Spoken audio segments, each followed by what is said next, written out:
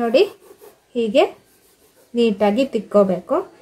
ಎಲ್ಲೆಲ್ಲಿ ಸ್ವಲ್ಪ ನಿಮಗೆ ಹೀಗೆ ಕಡಿಮೆ ಅಂದರೆ ಚಿಕ್ಕದಾಗಿದೆ, ತೆಳುವಾಗಿದೆ, ತುಂಬ ತೆಳ್ಳಗೆ ಅನ್ಸುತ್ತಾ ಅಲ್ಲೆಲ್ಲ ಸ್ವಲ್ಪ ಹತ್ತಿ ಪೀಸ್ನ ಇಟ್ಟು ಹೀಗೆ ತಿಕ್ಕೊಂಡ್ಬಿಟ್ರೆ ಆಯಿತು. ನೋಡಿ ಇವಾಗ ಇದನ್ನ ನೀಟಾಗಿ ಸುತ್ತಿ ಪ್ಲಾಸ್ಟಿಕ್ ಕವರಲ್ಲೇ ಹಾಕಿಟ್ಕೋಬೇಕು.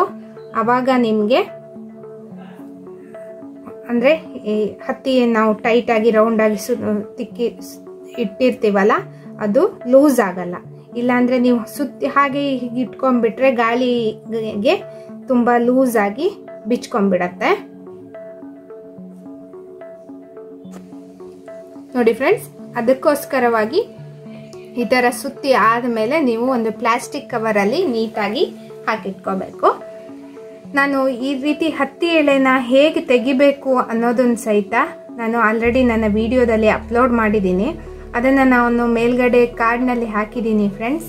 ಅದನ್ನ ಐ ಬಟನ್ನಲ್ಲಿ ಚೆಕ್ ಮಾಡಿ, ಐ ಬಟನ್ನ ಪ್ರೆಸ್ ಮಾಡಿದರೆ ನಿಮಗೆ ಈ ಹತ್ತಿ ಎಳೆ ಹೇಗೆ ತೆಗಿಬೇಕು ಅನ್ನೋದು ಸಹಿತ ಲಿಂಕ್ ಬರುತ್ತೆ. ಅದರಿಂದ ನೀವು ಸುಲಭವಾಗಿ, ಮತ್ತು ನಾನು 2 ರೀತಿ ತೋರಿಸಿದ್ದೀನಿ, ನಿಮಗೆ ಯಾವ್ದು ಈಸಿ ಆಗತ್ತೆ ಅಂತ ನೋಡಿಕೊಂಡು ಆ ರೀತಿನ ನೀವು ಕಲ್ತ್ಕೊಂಡು ಹತ್ತಿ ಎಳೆನ ತೆಗಿಬಹುದು. ಈ ವಿಡಿಯೋ ನಿಮಗೆ ಇಷ್ಟ ಆಗಿದೆ ಅಂತ ಅನ್ಕೋತಾ ಇದ್ದೀನಿ ಫ್ರೆಂಡ್ಸ್. ಮತ್ತೆ ಈ ವಿಡಿಯೋನ ನೋಡಿ ಲೈಕ್ ಮಾಡಿ, ನಿಮ್ಮ ಅನಿಸಿಕೆನ ಕಮೆಂಟ್ ಸೆಕ್ಷನ್ನಲ್ಲಿ ತಿಳಿಸಿ, ಹಾಗೂ ನಿಮ್ಮ ಫ್ರೆಂಡ್ಸ್ಗಳಿಗೂ ಸಹ ಈ ರೀತಿ ವಿಡಿಯೋನ ಮಾಡ್ಬೋದು ಅಂತ, ಹತ್ತಿ ಎಳೆ ನೀಟಾಗಿ ಹೇಗೆ ಜಾಯಿನ್ ಮಾಡೋದು ಅಂತ ಗೊತ್ತಾಗತ್ತೆ ಅವರಿಗೂ. ಅದರಿಂದ ಅವರಿಗೂ ಸಹ ಸಹಾಯ ಆಗತ್ತೆ.